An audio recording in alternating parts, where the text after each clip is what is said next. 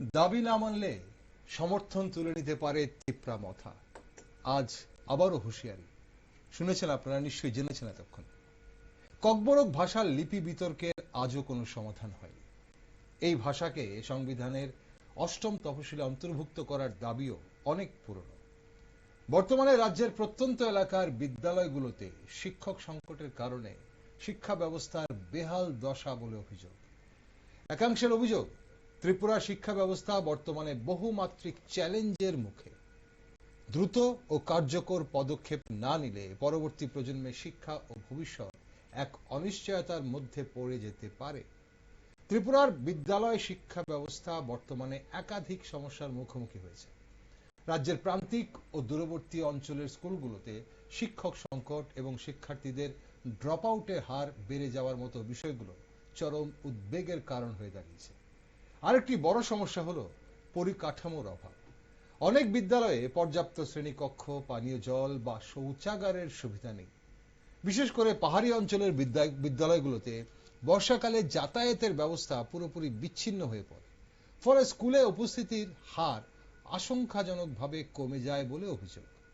অন্যদিকে সম্প্রতি দেশের দরবারে আরো একবার উজ্জ্বল হয়েছে রাজ্যের নাম। পূর্ণ স্বাক্ষর হিসেবে ঘোষিত হয়েছে ত্রিপুরা রাজ্য। তাছাড়া এবছর রাজ্যের ছাত্রছাত্রীরা মাধ্যমিক ও উচ্চ মাধ্যমিক পরীক্ষায় আশানুরূপ ফলাফল করায় খুশি একাংশ ছাত্র ও অভিভাবক মহল। তাই এখন প্রশ্ন হচ্ছে, রাজ্যের ছাত্রছাত্রীরা, বিশেষ করে গ্রাম পাহাড়ের ছাত্রছাত্রীরা কি গুণগত মানের শিক্ষা পাচ্ছে?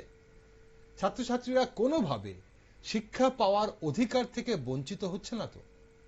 এডিসি স্কুলগুলোতে বর্তমানে কি কি সমস্যা আছে? তাছাড়া রাজ্যের বিদ্যালয়গুলোতে কি কি সমস্যার সম্মুখীন হচ্ছে পড়ুয়ারা? আর সেই সব সমস্যার সমাধানে কি কি করা প্রয়োজন? নমস্কার, আমি দীপেন, আর আপনারা দেখছেন নিউজ ভ্যানগার্ড। আমরা প্রায়ই কিন্তু শিক্ষার আঙিনায় চোখ রাখি। যতই আমাদের আশেপাশে অন্যান্য সমস্যা বড় বা ছোট হোক না কেন, বিভিন্ন টকশোর মধ্যে আমরা নিয়মিত কিন্তু শিক্ষা ব্যবস্থা নিয়ে টকশোর আয়োজন করি। আমরা আলোচনা করার চেষ্টা করি যে শিক্ষা ব্যবস্থায় কোথায় কোথায় ঘাটতি হচ্ছে এবং সেগুলো কিভাবে মেটানো যায়। রাজ্যের শিক্ষার আঙিনায় বিভিন্ন সমস্যা নিয়ে কথা বলতে আজ আমার সাথে রয়েছে টিএসএফ টাউন কমিটির প্রেসিডেন্ট মনীষ দেববর্মা এবং টিএসইউ সেক্রেটারিয়েট মেম্বার অঙ্কিত মুরাসিং। মনীষ এবং অঙ্কিত, আপনাদের দুজনকে স্বাগত আজকের অনুষ্ঠানে। মনীষ, আপনার কাছে আসি প্রথমে। রাজ্যের শিক্ষা ব্যবস্থা এই মুহূর্তে কেমন চলছে, কি দেখছেন? আপনারা বিভিন্ন বিদ্যালয় বা কলেজগুলোতে প্রায়ই ঘোরেন, আপনারা সব খবর রাখেন। বিশেষ করে গ্রাম পঞ্চায়েত, গ্রাম পাহাড়ের যে এলাকার যে স্কুলগুলো, সেগুলো কেমন চলছে? সেখানে কেমন শিক্ষা দান করা হচ্ছে? অসংখ্য ধন্যবাদ দীপন দাকে প্রথম আমাকে টাইম দেওয়ার জন্য। প্রথমে নিউজ ভ্যানগার্ডের আমাদের টিএসএফ এর পক্ষ থেকে নিউজ ভ্যানগার্ডের যারা আজকে এই লাইভে জড়িত আছে, যারা দেখছেন আমাদেরকে, প্রথমে সকলকেই আমাদের টিএসএফ এর পক্ষ থেকে এবং ব্যক্তিগত পক্ষ থেকে সবাইকে নমস্কার জ্ঞাপন করছি। অনেক একটা গুরুত্বপূর্ণ একটা বিষয় তুলে ধরলেন, যে শিক্ষা ব্যবস্থাটা বর্তমানে রাজ্যের শিক্ষা ব্যবস্থা কোন জায়গায়, এটা নিয়ে অনেকবার আলোচনাও হয়েছে। আমি এই হাউসে এসেছিলাম, পড়েছি, কিন্তু আজকের দিনে দাঁড়িয়ে শিক্ষার ব্যবস্থা যদি বলতে যাই, কি রাজ্য, কি স্টেটের, কি এডিসির, দুটাই সমান অবস্থায়। তো শিক্ষার ব্যবস্থাটা এখন জায়গায় দাঁড়িয়ে দেখলে আমরা বুঝতে পারবো যে আমাদের শহর অঞ্চলের স্কুলগুলিতে কিভাবে ছাত্ররা কিভাবে শিক্ষা গ্রহণ করছে, ঠিক মতে স্কুলগুলিতে ক্লাস হচ্ছে কিনা, ওই স্কুলগুলিতে পর্যাপ্ত পরিমাণের শিক্ষক আছে কিনা, সেটা একটা প্রশ্ন হয়ে দাঁড়িয়েছে। আমরা জানি গত কালকের আগের দিন আমরা আমাদের শহর প্রাণ কেন্দ্রে একটা স্কুল, তুলসীবতী স্কুল, সেখানে একটা ঘটনা ঘটে গিয়েছিল, আমরা সবাই জানি। স্কুলের মধ্যে শিক্ষকের অভাব। আমরা স্টুডেন্টের পক্ষ থেকে এই কথাগুলি শুনেছি, শুধু স্টুডেন্টের কাছ থেকে নয়, টিচারদের পক্ষ থেকে এই কথাগুলো আমরা শুনেছি। ওখানে শিক্ষক শিক্ষিকারা হায়ার এডুকেশনে ওরা দেখাও করেছেন টিচার্স পর্যাপ্ত পরিমাণ নেই, তো সপ্তাহে 3 দিন ক্লাস হয় ওখানে। আমাদের শহর অঞ্চলের নামি দামি একটা স্কুল, পুরানো একটা স্কুল, আমাদের মহারানী তুলসীবতী, সেই স্কুলে এই ধরনের একটা পর্যায়ে চলছে। ছাত্রছাত্রীরা সপ্তাহে 3 দিন ক্লাস করছে, বাকি দিন কি করছে? বাকি দিন ওরা খেলাধুলা করছে। ঠিক, আমরা পড়াশোনার পাশাপাশি খেলাধুলা করাটা আমাদের প্রয়োজন, কিন্তু আমরা যেহেতু স্কুলে আমাদের ভবিষ্যতের প্রজন্ম, যারা ফিউচার জেনারেশন, আমাদের মা বাবা আমাদের ছাত্র ছাত্রীদেরকে, আমাদের স্টুডেন্টের উপর অনেক ভরসা দিয়ে ওনাদেরকে স্কুলে পাঠানো হয়, ভালো কিছু শিখুক, সমাজের জন্য ভালো কাজ করুক।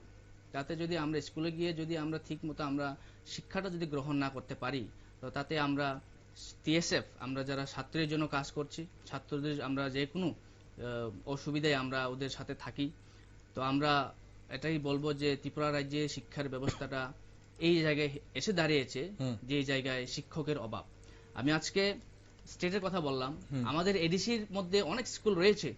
আমি এডিসিতে যাওয়ার আগে মনীষ, এই যে তুলসীবতী স্কুলে সপ্তাহে 3 দিন ক্লাস হয় বলে আপনি অভিযোগ করছেন, সেখানে কি এটা কোন ক্লাসের সপ্তাহে 3 দিন ক্লাস হয়? মানে জুনিয়র, সিনিয়র, নাকি গোটা স্কুলেরই শুধু সপ্তাহে 3 দিন ক্লাস হয়, অন এভারেজ সপ্তাহে 3 দিন ক্লাস হয়?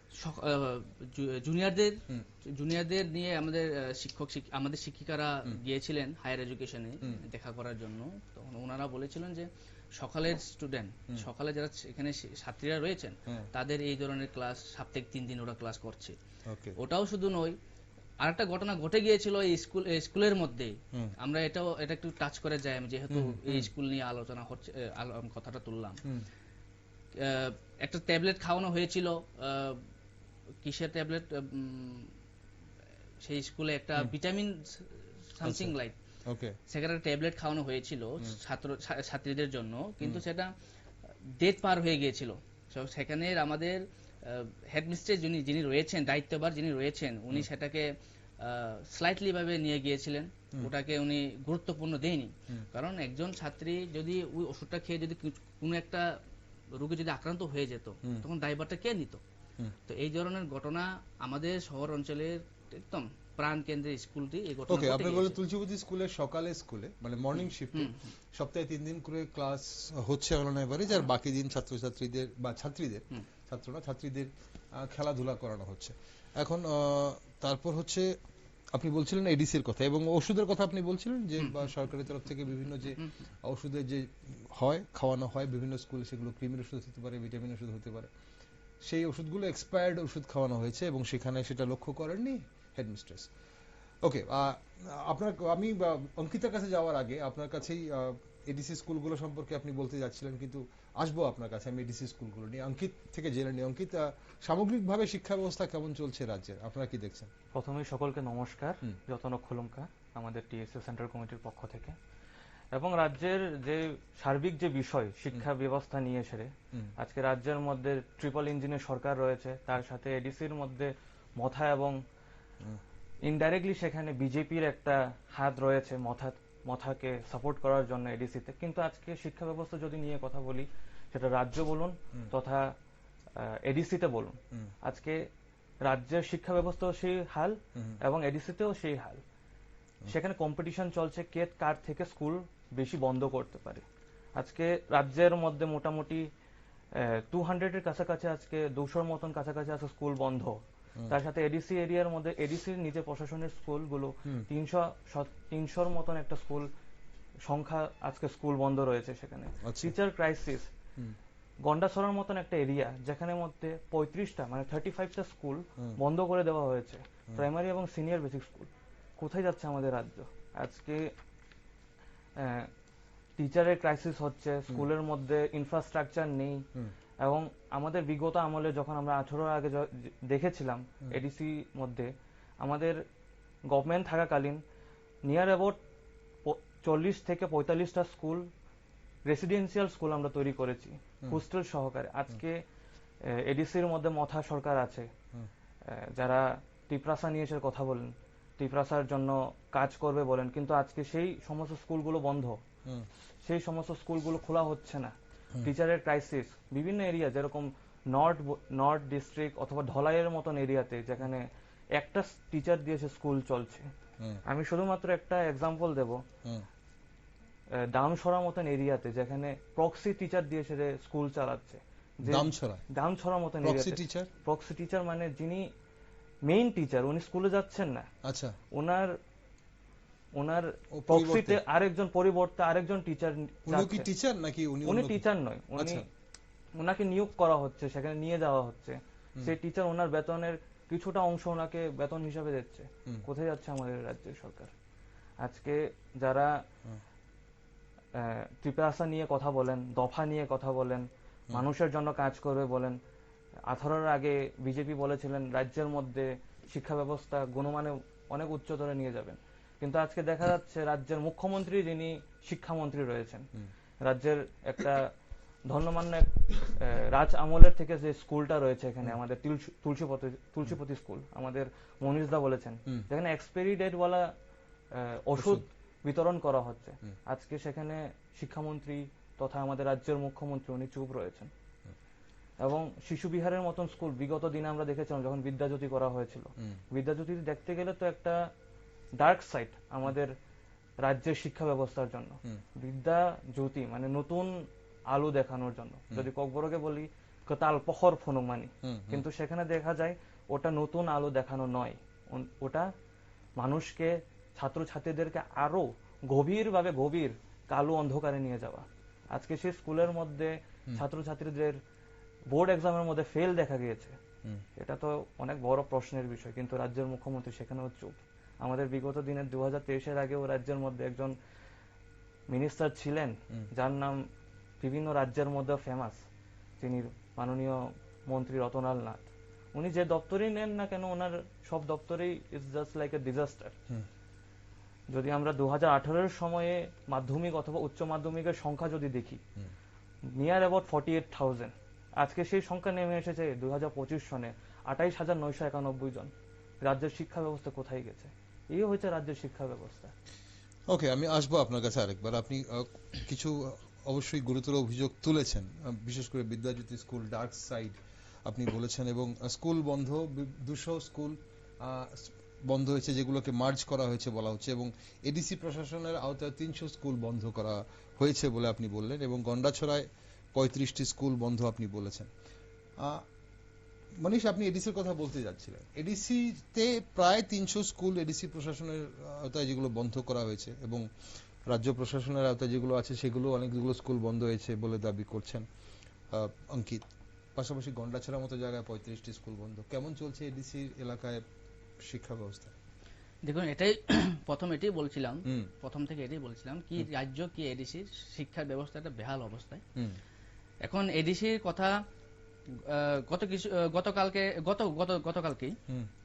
ত্রিপুরার লোক শিক্ষালয় একটা স্কুল, চম্পকনগরের একটা স্কুলটা আমরা দেখলাম পত্র পত্রিকার মাধ্যমে, সেখানে ছাত্রীরা রাস্তায় নেমে আসতে হয়েছে শিক্ষার অভাবে, টিচার্সের অভাবে, সেখানে ইনফ্রাস্ট্রাকচারের অভাবে, সেখানে সেই স্কুলের ওয়াল নেই। সেই স্কুলটা তৈরি হয়েছিল 1950 সালে, আজ অব্দি সেই স্কুলের কোনো ওয়াল নেই, সেখানে মিড ডে মিলের কোনো খাওয়া দাওয়া কোনো রুম নেই, সেখানে স্টুডেন্টসরা বারিন্দায় বসে খাওয়া দাওয়া করে খোলামেলা জায়গায়।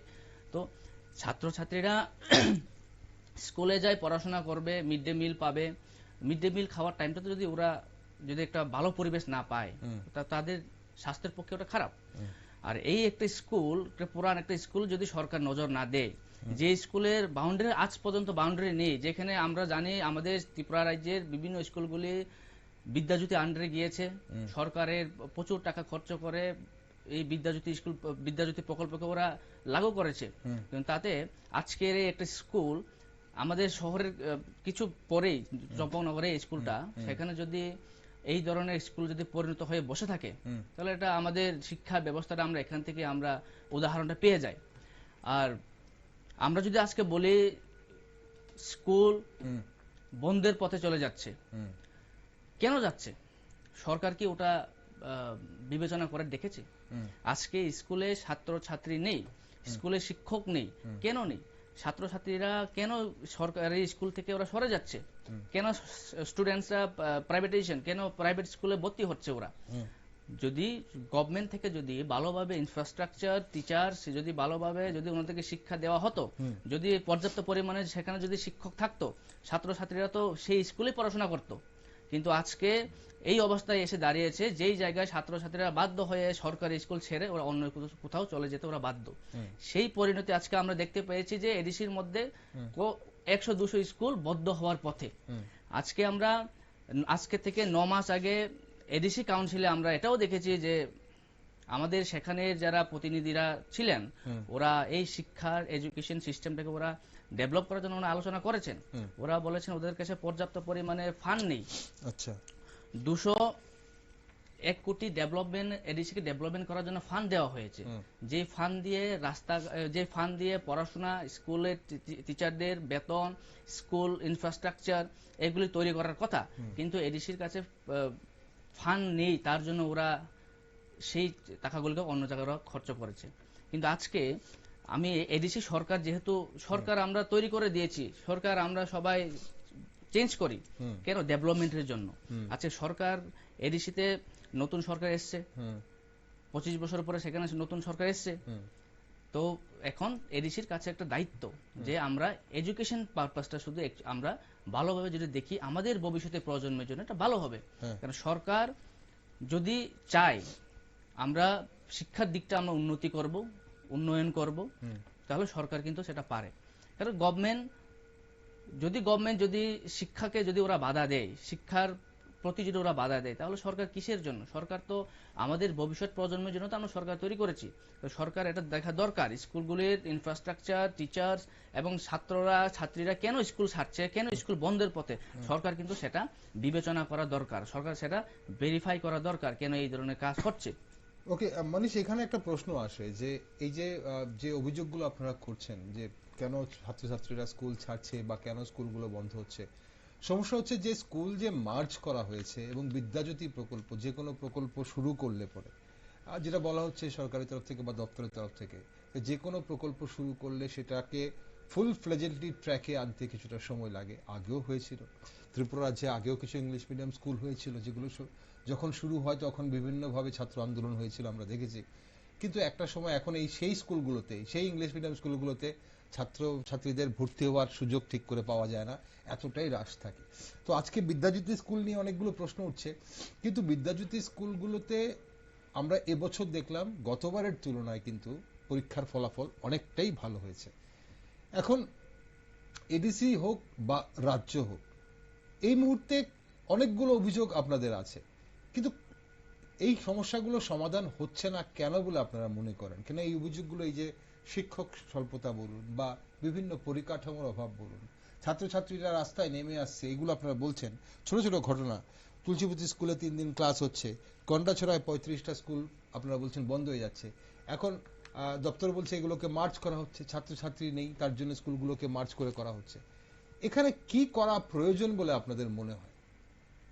কোন কোন জায়গাগুলোতে কি এবং এই সমস্যাগুলো কেন হচ্ছে এবং এই সমস্যাগুলো মেটানোর জন্য কি করা প্রয়োজন বলে আপনাদের মনে হয়? দেখুন, বিদ্যাজ্যোতি প্রকল্পটা সরকার যেহেতু এনেছে, কিছু না কিছু একটা চিন্তা ভাবনা করে এটা এনেছে। আমরা টিএসএফ বিদ্যাজ্যোতির পক্ষেও না বিপক্ষেও না, কিন্তু বিদ্যাজ্যোতি সরকার যেহেতু একটা প্রকল্পটা এনেছে, সেটা সরকারের প্রথম দেখাশোনা করা উচিত ছিল যে কোনো একটা প্রকল্প যেহেতু এনেছে ওরা সেটা চালাতে পারবে কিনা, ওয়েল ট্রেন কিনা আমাদের শিক্ষকরা, আমাদের শিক্ষিকারা, ওরা কি আমাদের ছাত্রছাত্রীদেরকে ওয়েল ট্রেন কিনা, ওরা ইংলিশ ব্যাকগ্রাউন্ড থেকে এসছে কিনা, ওরা তাদেরকে ইংলিশ ক্লাস করাতে পারবে কিনা, সেটা সরকারের দেখাশোনা করার প্রয়োজন ছিল। এবং সরকার পর্যাপ্ত পরিমাণের ওদেরকে ট্রেন করে সেই বিদ্যাজ্যোতি প্রকল্পটা ওরা চালু করার দরকার ছিল। কিন্তু আজকের এই পরিণামটা এটাই যে বিদ্যাজ্যোতি প্রকল্প ওরা এনেছে ঠিক আছে, কিন্তু সেই বিদ্যাজ্যোতি প্রকল্পটা আজও ওরা ঠিক মতো ওরা চলছে না। কারণ চলছে না বলেই তো আজকে শিক্ষক শিক্ষিকার অভাব, ওরা রিক্রুট করছে না। আর যারা আমাদের সেখানে সিনিয়র টিচাররা আছে, আমি আমাদের সেই শিক্ষকদেরকে আমি নমস্কার করে বলি, আমি ওনাদের বিপক্ষে আমি বলছি না এবং ওনাদের বিরোধ বলছি না, কিন্তু আজকে আমাদের শিক্ষক শিক্ষিকারা যদি আজকে স্কুল থেকে রিটায়ার হয়ে চলে যাচ্ছে, অনেকে তো বয়স হয়ে গিয়েছে, কিন্তু নতুন যদি শিক্ষক যেখানে রিক্রুট না করা হয়, তাহলে ছাত্র ছাত্রীদেরকে পড়াশোনা করার জন্য ইংলিশ ব্যাকগ্রাউন্ড দিয়ে ওদেরকে পড়াশোনা করার জন্য সেটা সরকারের দায়িত্ব, কে পড়াবে ওদেরকে। তো যেহেতু ওরা একটা বিকল্প এনেছে, একটা বিদ্যাজ্যোতি একটা প্রকল্প ওরা যেহেতু নিয়ে এসছে, সেখানে তো একটা অল্টারনেটিভ থাকা দরকার যে ছাত্রদেরকে কিভাবে পড়াশোনা করাতে হবে এবং কিভাবে বেটার করা হবে রেজাল্ট। আচ্ছা ঠিক আছে, আমরা মেনে নিলাম রেজাল্ট গতবার থেকে ভালো হয়েছে, কিন্তু তা বলে তো সেই প্রকল্পটা তো পরিপূর্ণভাবে ওরা এখন তো চালু হয়নি। অনেক অনেক জায়গায় দেখা যায় যে এই বিদ্যাজ্যোতি প্রকল্পের কারণে তো শিক্ষক নেই, ছাত্রছাত্রীরা পড়াশোনায় পিছিয়ে রয়েছে। কারণ আমি আসবো আপনার কাছে আরেকবার। বিদ্যাজ্যোতি প্রকল্প নিয়ে অঙ্কিতার কাছে একটু যাই। অঙ্কিতা, আপনি বলেছিলেন এটা ডার্ক সাইড। এখন বিদ্যাজ্যোতি প্রকল্প গত বছর আমরা দেখলাম বোর্ডের পরীক্ষায় খুবই রেজাল্ট খুব হতাশপূর্ণ ছিল। এখন কথা হচ্ছে যে এবার কিন্তু ফলাফল অনেকটাই ভালো হয়েছে এবং বিদ্যাজ্যোতিতে, এবং ওই যে যেটা বলছিলাম যে অনেকেই বলছেন, বিশেষজ্ঞরা বলছেন যে কোনো নতুন প্রকল্প হঠাৎ যখন চেঞ্জ হয় কিছুদিন হয়তো সময় লাগে এটা ট্র্যাকে আসতে, তবে এইভাবে হয়তো ট্র্যাকে চলে আসবে। এখন বিদ্যাজ্যোতি প্রকল্প নিয়ে আপনাদের কি অবস্থান এই মুহূর্তে? এখন বিদ্যাজ্যোতি প্রকল্পের মধ্যে যে স্ট্রাকচার গুলো রয়েছে, যে রাজ্যের বিভিন্ন স্কুলকে ইংলিশ মিডিয়ামকে সিবিএসসি কারিকুলামে নিয়ে আসছে, তো একটা জিনিসকে যদি যখন করতে চায় গভর্নমেন্ট, তাহলে সেখানে অবশ্যই একটা বিশেষজ্ঞ অথবা রিসার্চ করে সেখানে নতুনত্ব একটা বিষয় আসছে। As a we can say that আমরা একটা বলতে পারি যে এটা রিভলিউশন বলতে পারি একটা। তো সেটা যদি করতে যায় সরকার অথবা গভর্নমেন্ট, তাহলে সেখানে প্রথমত একটা টেস্টিং ফেজ রয়েছে, তারপরে একটা পার্মানেন্ট ফেজ রয়েছে। তো সেইভাবে একটা স্টেজ টু স্টেজ ভাবে চলা দরকার ছিল গভর্নমেন্টের। আমি একটা এক্সাম্পল দিই, তুইওয়ান্দাল মানে সোনামুড়া সাব ডিভিশনের দিকে একটা স্কুল, আমি সেখানে গিয়েছিলাম একটা সময়ে। তো সেখানে গতবারের তুলনায় this time also the result same একটা অবস্থায় রয়েছে, সেম অবস্থাতেই রয়েছে, মানে একটা ফেইলের অবস্থাতে রয়েছে। তো পার্সেন্টেজ উঠছে না ছেলে মেয়েদের, মানে যে ছাত্র সায়েন্স পড়ার দরকার সেই ছাত্র সায়েন্স পাচ্ছে না, কারণ ওর পার্সেন্টেজটা কম সেখানে। তো সেই অবস্থা এখানে আমাদের এখনো সেম রায়ই রয়েছে যে বিদ্যাজ্যোতি প্রকল্প প্রাইভেটাইজেশনের দিকে নিয়ে যাচ্ছে শিক্ষা ব্যবস্থাকে। যে প্রাইভেটাইজেশনের মধ্যে ছাত্রছাত্রীরা নিজের বই খাতা থেকে স্টার্ট করে সেটা যে সমস্ত স্কুলের পড়ার জন্য সেখানে টাকা দিতে হচ্ছে, এবং সেই টাকা দেওয়ার ক্ষেত্রেও শিক্ষা ব্যবস্থা খুবই নিম্নমানে চলে যাচ্ছে। সেইভাবে শিক্ষা ব্যবস্থাকে দেওয়া হচ্ছে না। তাহলে আপনারা কি এখনো কি চাইছেন? আপনারা চাইছেন কি বিদ্যাজ্যোতি প্রকল্প নিয়ে অবস্থান আপনাদের একই রকম, বিরোধিতা করছেন আপনারা? যদি আমি বলতে চাই কি ইনক্লুশন চাইছেন না বিদ্যাজ্যোতি প্রকল্পে যদি আমরা ইন এ পজিটিভ ওয়েতে যদি দেখতে চাই, তাহলে সেখানে শিক্ষামানকে আরো একটু বাড়ানো হোক, এডুকেশনকে আরো বাড়ানো হোক, টিচারকে আরো ট্রেনিং দিয়ে আনা হোক, ইংলিশ মিডিয়াম ব্যাকগ্রাউন্ড টিচার গুলো নিয়ে আসা হোক সেখানে। আমি বলছি না যে বেঙ্গলি মিডিয়াম টিচার গুলো পড়াতে পারবে না, ইয়েস ওরাও পড়াতে পারবে, if they get a good training দেওয়া যদি হয়, আরো ভালো একটা ট্রেনিং দিয়ে ওদেরকে আরো ভালো স্কিল করে সেই টিচার গুলোকে ডিপ্লয়েড করা হয় সেই সমস্ত স্কুলের মধ্যে। ওকে, তাহলে বিদ্যাজ্যোতি স্কুল নিয়ে আপনাদের একই অবস্থান এই মুহূর্তে রয়েছে। মানিশ, টিএসএফ এর বিদ্যাজ্যোতি স্কুল নিয়ে আপনাদের কোনো, আপনি বলছেন যে কোনো বিরোধিতা নেই, আপনার পক্ষ বিপক্ষ নেই বিদ্যাজ্যোতি স্কুল নিয়ে, কিন্তু বিদ্যাজ্যোতি স্কুলগুলো যেভাবে চলছে এর মধ্যে কি ইনক্লুশন এই মুহূর্তে প্রয়োজন বলে আপনারা মনে করেন? আপনাদের দাবি কি? আপনারা যেহেতু পক্ষে বিপক্ষে নন, স্কুলগুলোতে চলছে, স্কুলগুলো এবার ভালো ফলাফল করেছে, এটা বাস্তব। আরো ভালো ফলাফল যেন করতে পারে তার জন্য কি কি প্রয়োজন আপনারা মনে করেন? এটাই বিদ্যাজ্যোতি প্রকল্পটাকে আমরা বিরোধিতা করছি না, এবং ঠিক আছে সরকার একটা যে কোনো একটা প্রকল্প নিয়েছে, সময় লাগবে, সবাই তো এটা বলছে, বিশেষজ্ঞরা বলছে, কিন্তু এরা যদি এখন বর্তমান অবস্থায় যদি সেটাকে আমরা আরো বেটার যদি করতে চাই, সেই তো আমাদের সেই বিদ্যাজ্যোতি প্রকল্পের মধ্যে যতগুলি গাইডলাইন আছে সেগুলি পরিপূর্ণভাবে ফুলফিল করা দরকার। আমার যতটুকু জানা মতে বিদ্যাজ্যোতি প্রকল্পের মধ্যে যতগুলি গাইডলাইন আছে, প্রত্যেক স্কুলে নার্স থাকবে, ডক্টর থাকবে, ওদেরকে কারিকুলামের জন্য যোগা টিচার থাকবে, এইসব তো গাইডলাইন ছিল, কিন্তু আজ আমার মনে হয় না যে এইসব গাইডলাইনগুলি ফিল আপ করা হয়েছে। তো তার জন্য বিদ্যাজ্যোতি প্রকল্পকে যদি সম্পূর্ণভাবে যদি ফিল আপ করতে হয়, যদি চালু করতে হয়, তাহলে ইনফ্রাস্ট্রাকচার দিক থেকে আমাদেরকে দেখতে হবে প্রথম হচ্ছে আমরা টিচার্স, আমরা শিক্ষক, আমরা একটু পর্যাপ্ত পরিমাণ আমাদের শিক্ষক আমাদেরকে Okay. রিক্রুট করতে হবে, এবং ইনফ্রাস্ট্রাকচার দিক দিয়ে আমাদেরকে যেতে হবে, এবং যারা শিক্ষক এখানে রয়েছে, যারা রয়েছে বর্তমান অবস্থায়, তাদেরকে ওয়েল ট্রেন করে শিক্ষক তাদেরকে যাতে এই প্রকল্পটা চালু করতে সুবিধা হয়, তার জন্য এই কাজগুলি সরকার দেখা উচিত বলে আমরা টিএসএফ মনে করি। ওকে, বিদ্যাজ্যোতি স্কুল নিয়ে শিক্ষকদের নিয়ে আসল দাবি দুটো ছাত্র সংগঠনের নেতৃত্বদের। দর্শক বন্ধুরা যারা সঙ্গে রয়েছেন, আপনারা দেখছেন বিদ্যাজ্যোতি স্কুলে যারা শিক্ষকতা করছেন তাদের আরো বেশি ট্রেনিং এর প্রয়োজন রয়েছে বলে ওনারা মনে করছেন। তবে রাজ্যের শিক্ষাঙ্গনে যদি আমরা চোখ রাখি তাহলে অনেকগুলো সমস্যার কথাই উঠে আসে, টিএসএফ হোক কিংবা টিএসইউ। ওনারা কিন্তু বিভিন্ন সমস্যার কথা বলছেন, যেখানে শিক্ষকের অভাব, শিক্ষক সংকটটা একটা বিরাট বড় সমস্যা। এছাড়া পরিকাঠামোগত কিছু সমস্যা রয়েছে, সেই সব কথাগুলো বলছেন। স্কুল বন্ধ হয়ে যাওয়াটা একটা বিরাট বড় সমস্যা। এখন অঙ্কিত যেটা বলছিলেন যে গন্ডাছড়ায় 35টা স্কুল এবং গোটা রাজ্যে 200 স্কুল, এখন সেই স্কুলগুলো মার্জ করা হয়েছে, বলছে ছাত্রছাত্রীদের অভাব। এখন প্রশ্ন হচ্ছে, যখন স্কুলগুলো খোলা হয়েছে তখন ছাত্রছাত্রীরা কেমন ছিল, এখন কেন ছাত্রছাত্রী কম হচ্ছে এবং তার জন্য মার্চ করা হচ্ছে? অনেকেই বলছেন যে ছাত্রছাত্রী আগেও কম ছিল, সেখানে ছাত্রছাত্রী কম ছিল, শিক্ষক কম ছিল, কিন্তু স্কুলগুলো চলছিল। কিন্তু এখন বর্তমানে দেখা যাচ্ছে আরো বেশি উন্নত পরিষেবা দেওয়ার জন্য দুটো তিনটে স্কুলকে মার্চ করে একসঙ্গে নিয়ে এসে যেন সেখানে ভালো গুণগত মানের শিক্ষা প্রদান করা যায়, তার জন্য এই মার্চের কথা বলা হচ্ছে। অঙ্কিত, এই যে 1979 সালের 19শে জানুয়ারি ককবরক ভাষাকে সরকারি স্বীকৃতি দেওয়া হয়েছিল, কিন্তু ককবরক ভাষার লিপি বিতর্ক এখনো মেটেনি। এটা আপনাদের কি অবস্থান ককবরক ভাষার লিপি নিয়ে? আমি টিএসএফ এর কাছে পরে আসছি, কারণ টিএসএফ এটা নিয়ে বহুদিন দাবি করছে। আপনাদের এই মুহূর্তে কি অবস্থান এবং আপনারা কি চাইছেন ককবরক ভাষা নিয়ে?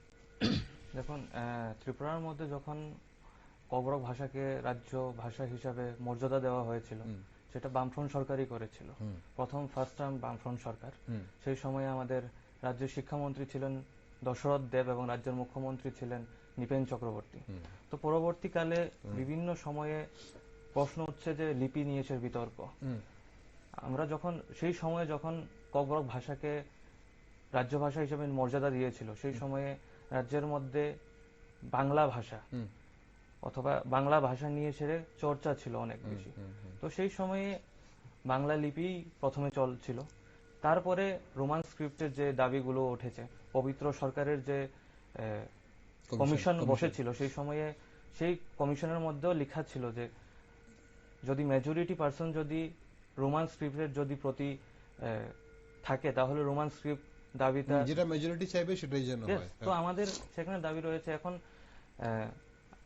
আমরা এখন সরকারে নেই, আমাদের দাবি সোজা কথা যে আমরা ককবরক ভাষার লিপি বিতর্ক চাই না। মানুষ যার পক্ষে রয়েছে, সেটা বাংলা ভাষা, বাংলা লিপি হোক অথবা রোমান স্ক্রিপ্টের লিপি হোক না কেন, আমরা তার পক্ষেই রয়েছি। সেখানে কোনো দেবনাগরী অথবা অন্যান্য কোনো লিপি নিয়ে এসে সেখানে বিতর্ক হওয়া উচিত না। এখানে রাজ্যের মধ্যে আজকে যারা মানুষের সরকার নিয়ে এসে বলে, যারা রাজ্যের মধ্যে বসে রয়েছে, ওরা কোনোভাবে সেই লিপি নিয়ে এসে কথা বলতে চাইছে না। সেখানে ওরা নতুন একটা লিপি ইনেক্ট করতে চাইছে। আমাদের সেখানে সোজা কথা, ককবরক ভাষাকে নিয়ে এসে সেখানে মানুষের সেন্টিমেন্ট অথবা সেখানে কোনো বিশ্বাস নিয়ে এসে খেলা উচিত নয়। আপনারা সরকারে রয়েছেন, আপনারা করুন, উই আর নট দেয়ার, আমরা সেখানে নেই। আমরা আগামী দিনে লিপি নিয়ে এসে সেখানে কোনো বিতর্ক হবে না। আপনার ইঙ্গিত তীব্রমথার দিকে? অবশ্যই। ওকে, টিএসএফ মনীষ রয়েছে আমাদের সঙ্গে। মনীষ, দাবি পূরণ না হলে সরকার থেকে সমর্থন প্রত্যাহার করবে বলে হুঁশিয়ারি দিয়েছে তীব্রমথার দল। এখন কনস্টিটিউশনাল সলিউশনের কথা বা তিপ্রাসাপ অ্যাকর্ড যে হয়েছিল, সেই অ্যাকর্ড অনুযায়ী কথা হচ্ছে।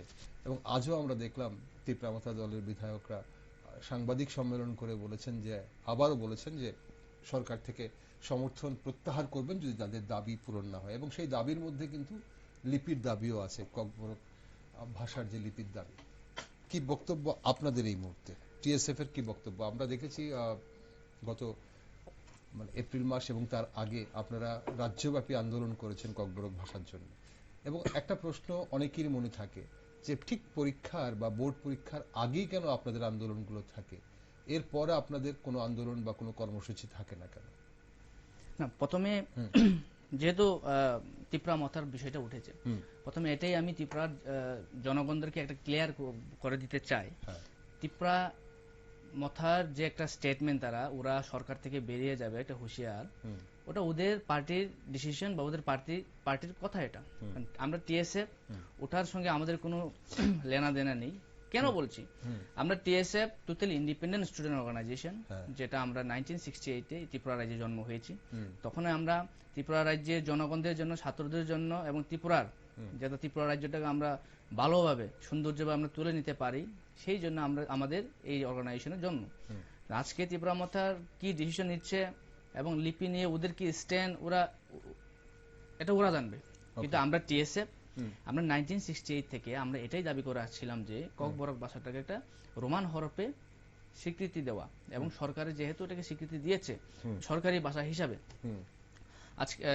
আজকে আমার ভাই অঙ্কিত বলেছেন যে 1979-এ ওরা সরকারে থাকতে ওরা স্বীকৃতি দিয়েছেন, কিন্তু ডিমান্ডটা করেছিল কিন্তু টিএসএফ করেছিল, স্বীকৃতি পেয়েছি, ভালো কথা। কিন্তু বিগত সরকার একটা কমিটি গঠন করেছিল, যেটা পবিত্র সরকারের ভাষা কমিশনের রিপোর্ট ফুললি মেজরিটি রোমান স্ক্রিপ্টের পক্ষে গিয়েছিল।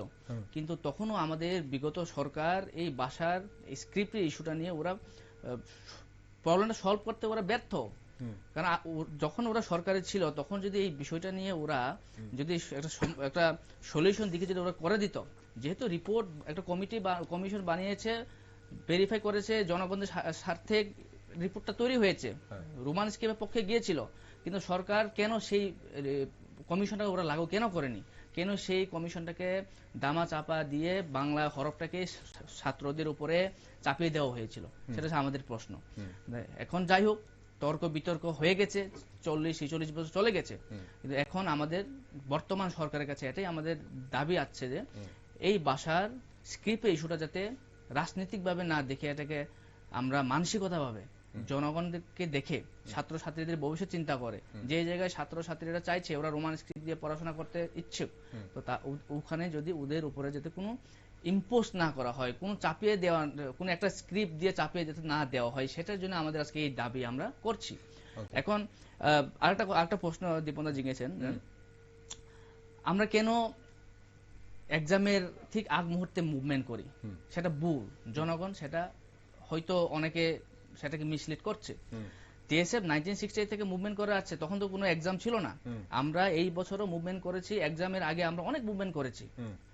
যখন আমরা মুভমেন্ট করি, এক্সাম শুরু হওয়ার আগে আমরা মুভমেন্ট করি, এক্সাম শুরু হওয়ার পরে, শেষের পরেও আমাদের মুভমেন্ট চালু থাকবে।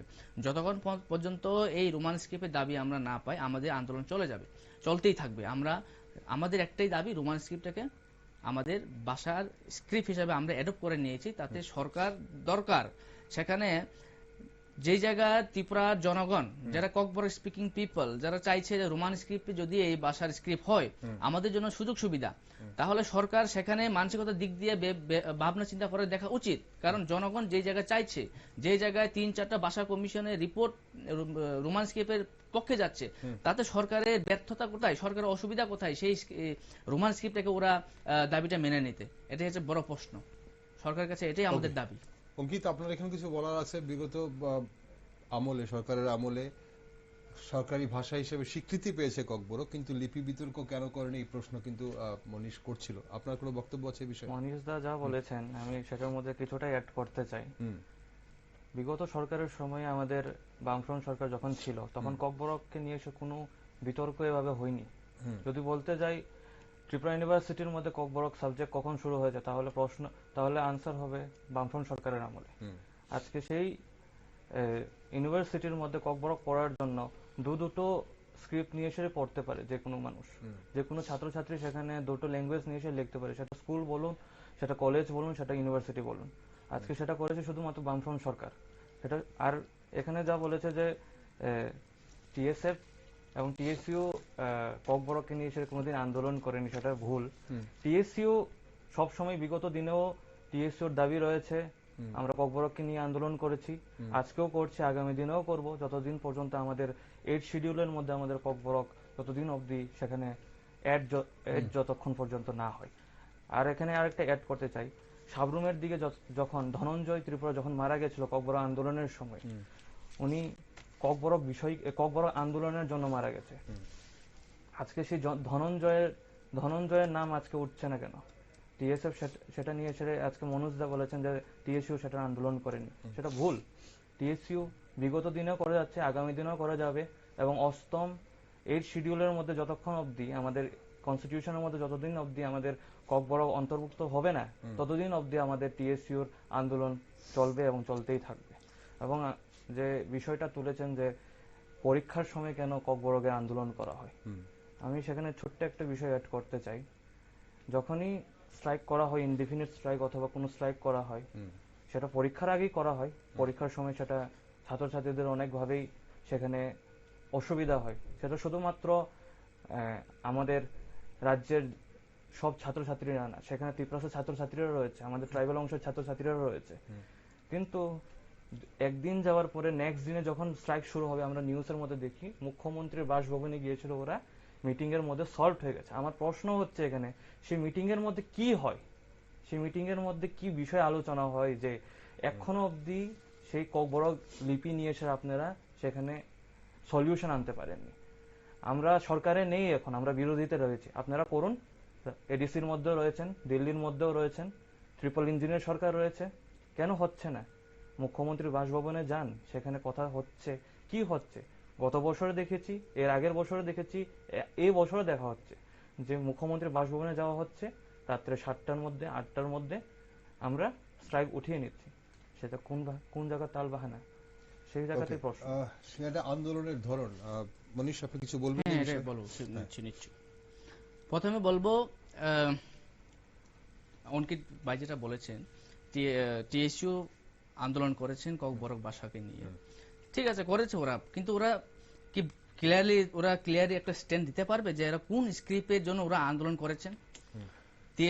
আজ পর্যন্ত টিএসইউ ক্লিয়ারলি একটা স্ট্যান্ড নেই। ওরা আজ পর্যন্ত বাইলিঙ্গুয়াল ওরা ডিমান্ড করছেন, একটা রোমান একটা বেঙ্গলি, যার যেটা পছন্দ। আমরা সেটা বিরোধিতা করছি না, কিন্তু আমরা চাইছি পার্মানেন্ট সলিউশন। রোমান স্ক্রিপ্ট যদি জনগণ চাইছে রোমান স্ক্রিপ্ট, তাতে টিএসইউ যদি ক্লিয়ার ভাবে বলে দেন হ্যাঁ রোমান স্ক্রিপ্টই আনুক, বাংলা আমরা এখন ছেড়ে দিলাম, রোমান স্ক্রিপ্ট যদি হয় আমাদের জন্য, তাহলে সেটা ভালো। সেটা আমরা তখন থেকে বলছি যে রোমান স্ক্রিপ্টের দাবিতে আমরা তখন থেকে করে আসছিলাম। যখন আমাদের মাননীয় সিএম ছিলেন আমাদের রাধাচরণ দেববর্মা মহোদয়, যখন উনি এডিসির ইএম ছিলেন এডুকেশন ডিপার্টমেন্টের, উনি ক্লিয়ারলি একটা নোটিফিকেশন বের করেছিলেন, এডিসির কাছে জমা দিয়েছিলেন যে রোমান স্ক্রিপ্টে নয়, বাংলা স্ক্রিপ্টেই ত্রিপুরা রাজ্যের এডিসির এলাকার মধ্যে বাংলা স্ক্রিপ্ট দিয়েই চালু করা হোক, এইভাবে একটা নোটিফিকেশন উনি দিয়েছিলেন যখন উনি এডুকেশন মিনিস্টার ছিলেন এডিসি আন্ডারে। তো তাতে এখন তো স্পষ্ট ক্লিয়ার যে ওদের ক্লিয়ারলি একটা স্ট্যান্ড থাকা দরকার। আগে যা হয়েছে, কিন্তু এখন তো আমাদেরকে সবাই এই স্ক্রিপ্ট একটা পার্মানেন্ট সলিউশন করার দরকার, কারণ সবাই যেহেতু আন্দোলন করছে, সবাই যেহেতু চাইছে রোমান্ডের, এই রোমান্ডের বিষয়টা আমরা সবাই একত্রিতভাবে, কোনো দল না ভেবে আমরা এটাকে সলিউশন দিকে যাওয়া আমাদের দরকার। এটা একটা বিষয় গেল। আর একটা বিষয় বললো যে আন্দোলনের কথা। আমাদের ত্রিপুরা রাজ্যের অনেক ধরনের আন্দোলন হয়েছে, আমরা সবাই জানি। আমরা ভাষার আন্দোলন করেছি, বিগত কিছুদিন আগে আন্দোলন করলাম। তাতে আমরা জানি ত্রিপুরা রাজ্যের মুখ্যমন্ত্রীর কাছ থেকে যখন আমরা একটা ডাক পাই যে দেখা করার একটা সুযোগ যদি আমরা পাই, আমরা কার সাথে দেখা করব? আমরা কি আমাদের বিরোধী দলের সাথে দেখা করব? সরকারের সাথে আমাদের দেখা করা উচিত। যে জায়গায় সরকার আমাদেরকে ডাক দিয়েছে, আমরা সরকারের সাথে দেখা করা আমাদের দরকার। আমাদের কি অসুবিধা সেটা আমরা সরকারের সামনে তুলে ধরা দরকার। তো সেই দিনে আমরা সরকারের কাছে আমরা গিয়েছি, মুখ্যমন্ত্রীর সাথে আমরা দেখা করেছি, আমাদের প্রতিনিধি দল যখন ছিলেন, আমরা আমাদের সুবিধা অসুবিধা আমরা তুলে ধরলাম। মুখ্যমন্ত্রী আমাদেরকে এটাই আশ্বাস দিয়েছিলেন যে সেন্ট্রালের কাছে এই সব নিয়ে উনি কথা বলবেন। তাতে আমরা আমাদের ত্রিপুরা রাজ্যের মুখ্যমন্ত্রীকে আমরা সম্মান করি। তো আজকে উনি আমাদেরকে যে কথা দিয়েছিলেন যে আমি কথা বলবো, টিএসএফ তো কোনোদিন বলেনি যে আমরা আন্দোলন ছেড়ে দিয়েছি। আমাদের আন্দোলন চলবে, আমাদের আন্দোলন এখনো চলছে, আমরা পেপার ওয়ার্ক কখনো করছি। আমরা ত্রিপুরা রাজ্যের সব মিনিস্টার এবং ইভেন আমাদের এলওপি আমাদের মাননীয় আমাদের জিতেন্দ্র চৌধুরীজি, ওনার কাছেও আমরা গিয়েছি, ওনাকে আমরা একটা অ্যাপ্লিকেশন মেমোরেন্ডাম দিয়েছি যে রোমান স্ক্রিপ্টের বিষয়টা নিয়ে। তখন আমরা ত্রিপুরা রাজ্যের সকল মিনিস্টার, এমএলএ সবাইকে আমরা চিঠি দিচ্ছি, আমাদের পেপার এখনো চলছে। আমরা টিএসএফ কোনোদিন বলিনি যে আমাদের আন্দোলন বন্ধ হয়ে গেছে, আমরা টিএসএফ কোনোদিন বলিনি যে আমরা আর আন্দোলন করব না। আমরা সরকারের কাছে একটা টাইম দিয়েছি, সরকারকে আমরা আমরা এখনো বসে আছি। সরকার যদি আমাদেরকে আমাদের সময় মতো যদি আমরা কোনো যদি ফিডব্যাক না পাই, আমরা টিএসএ আমাদের আন্দোলন আবার আমরা শুরু করব। কিন্তু আমাদের আন্দোলন এখনো চলছে, এখন আমাদের পেপার ওয়ার্ক আন্দোলন চলছে। ওকে, আমার অনুষ্ঠানের সময় ফুরিয়ে আসছে। অবশ্যই আপনার রোমান হরফ নিয়ে বা ককবরক ভাষার লিপি নিয়ে আপনার যে দাবি, সেই দাবি আগামী দিনে কোথায় যায় এবং কি হয় সেটা নিয়ে আমরা অবশ্যই নজর রাখবো। কারণ নিউজ ভ্যানগার্ড আমরা কিন্তু সিরিজ টক শো করেছিলাম এবং আমরা বহুদিন ধরে এই বিতর্কের একটা অবসান হোক সেটা আমরা চাইছিলাম। ওকে, এখন একটা ছোট্ট বিষয় যেটা আপনাদের কাছে তুলে ধরার জন্য আমি চাইছি, যেটা অনুষ্ঠানের সময় ফুরিয়ে যাচ্ছে প্রায়। কেন্দ্রীয় বিশ্ববিদ্যালয় নিয়ে কিন্তু এই মুহূর্তে অনেকগুলো চর্চা হচ্ছে। কেন্দ্রীয় বিশ্ববিদ্যালয়ে, ত্রিপুরা কেন্দ্রীয় বিশ্ববিদ্যালয়ে ষষ্ঠ সেমিস্টার পরীক্ষা এখনো হয়নি। মে মাসে খুব সম্ভবত পঞ্চম সেমিস্টারের পরীক্ষা হয়েছে। এখানে ছাত্রছাত্রীদের ভবিষ্যৎ অনিশ্চিত হয়ে পড়েছে বলে খবর পাওয়া যাচ্ছে, অভিযোগ উঠছে। এখন ত্রিপুরা কেন্দ্রীয় বিশ্ববিদ্যালয় শিক্ষার মান রক্ষার জন্য আপনারা কি ভূমিকা রেখেছেন? আমি অঙ্কিতের কাছে যাব প্রথম। অঙ্কিত, আপনারা এই বিষয়টা নিয়ে কি করেছেন এবং আপনারা জানেন কিনা, অবগত আছেন কিনা, এবং পাশাপাশি কেন্দ্রীয় বিশ্ববিদ্যালয়ে যে শিক্ষার মান, সেই মান বজায় রাখার জন্য বা আপনারা কি ধরনের ভূমিকা রেখেছেন? কেন্দ্রীয় বিশ্ববিদ্যালয়ের যে বিষয়টা উঠছে যে ষষ্ঠ সেমিস্টারের যে এক্সামগুলো হচ্ছে না, আজকে যদি ষষ্ঠ সেমিস্টারের এক্সামগুলো হচ্ছে না, তাহলে আগামী দিনে সে ছাত্রছাত্রীগুলো এক্সাম অথবা মানে পিজি পড়ার জন্য, সেখানে পোস্ট গ্রাজুয়েট পড়ার জন্য সেখানে অবহেলা হবে, পিছিয়ে যাচ্ছে ওরা। মানে যারা মেইন স্ট্রিম স্টুডেন্টরা রয়েছে ওদের সাথে ওরা নাক পাবে না যদি বলতে যায়। তো সেখানে সেই প্রশ্নগুলো উঠছে যে সেটা দেরি হচ্ছে কেন। সেখানে আরেকটা প্রশ্ন উঠছে, আমি বিগত দিনেও দেখেছিলাম, ন্যাশনাল এডুকেশন পলিসি এড হওয়ার কারণে সেখানে সেকেন্ড অথবা থার্ড সেমিস্টার, ঠিক বলে মনে নেই, সেকেন্ড অথবা থার্ড সেমিস্টার পরীক্ষা অনেক লেট হয়েছে, এবার হয়েছে আমি শুনেছিলাম। সেই পরীক্ষাগুলো লেট হচ্ছে, সেখানে দিনের পরের দিন সেই পরীক্ষাগুলো লেট হচ্ছে, ছাত্রছাত্রীরা সেই পরীক্ষা দেওয়ার জন্য ওয়েট করছে। আমাদের স্ট্যান্ড সোজাসুজি ক্লিয়ার সেখানে যে শিক্ষা ব্যবস্থা কোথায় চলে যাচ্ছে, সেটাই প্রশ্ন হচ্ছে।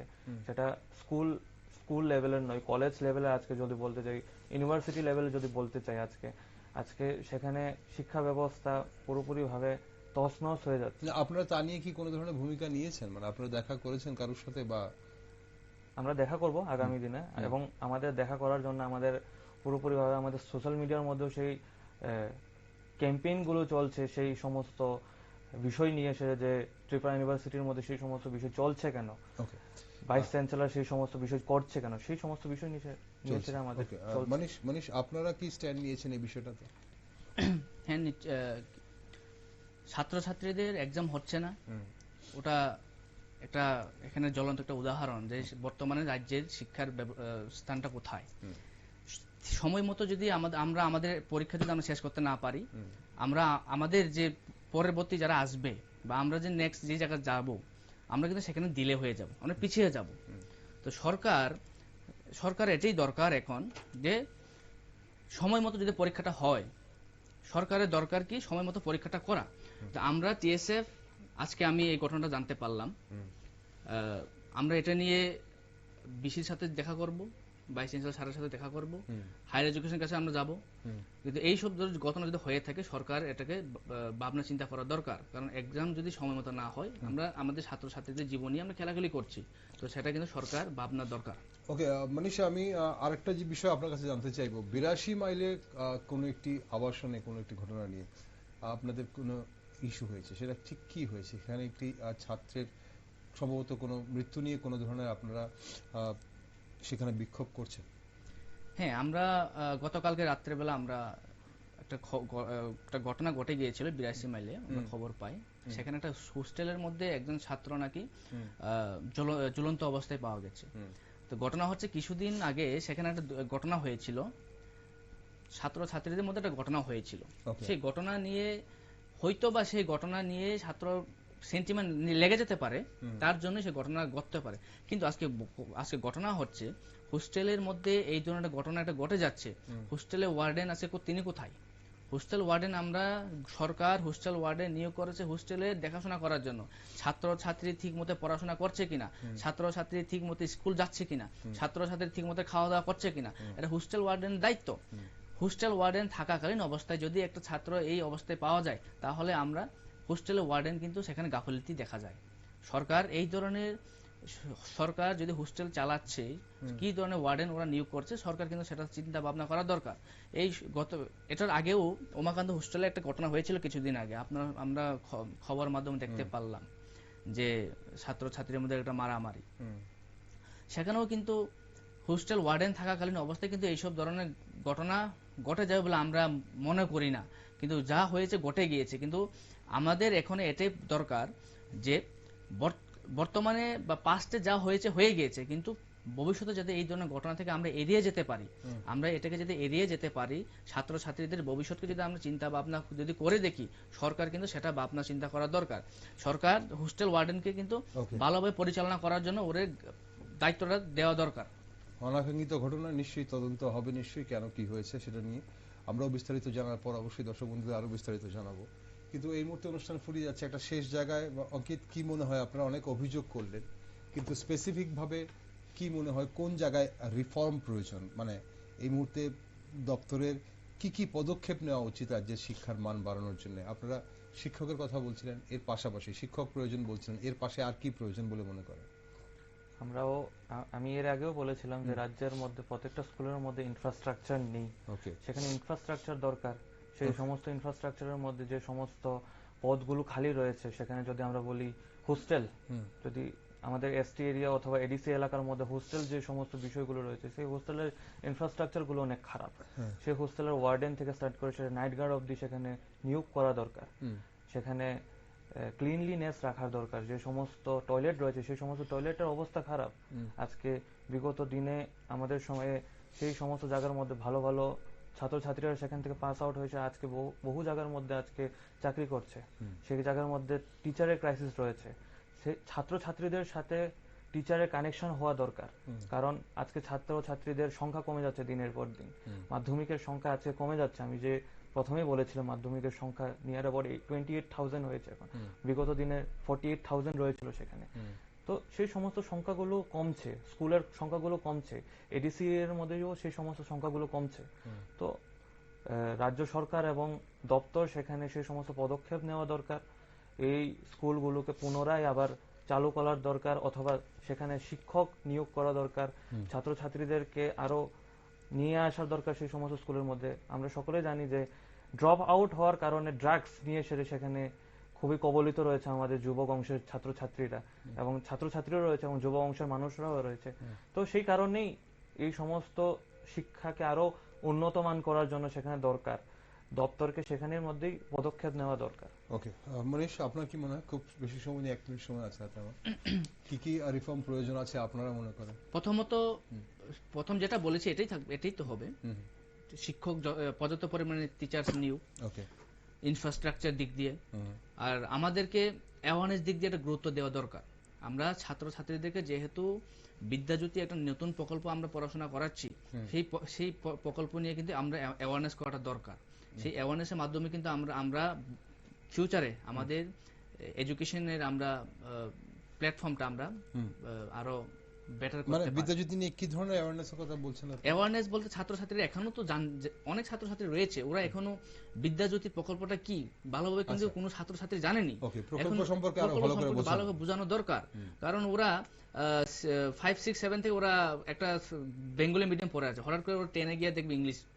তো ওরা জানে না তো কি নিয়ে পড়াশোনা করছে, সরকার কি প্রকল্প নিয়েছে। এই প্রকল্পগুলি ওদেরকে অ্যাওয়ারনেস করা দরকার। তাতে আমরা আশা করি টিএসএফ আমরা আশা করি যদি এইসব হয়, এই ধরনের প্রকল্পগুলি যদি আসে, ঠিক গভর্নমেন্ট যেটা প্রকল্প নিয়ে এসে ভালো, কিন্তু এই প্রকল্পগুলিকে ভালোভাবে পর্যাপ্ত পরিমাণে পরিচালনা করার জন্য অ্যাওয়ারনেস একটা দরকার।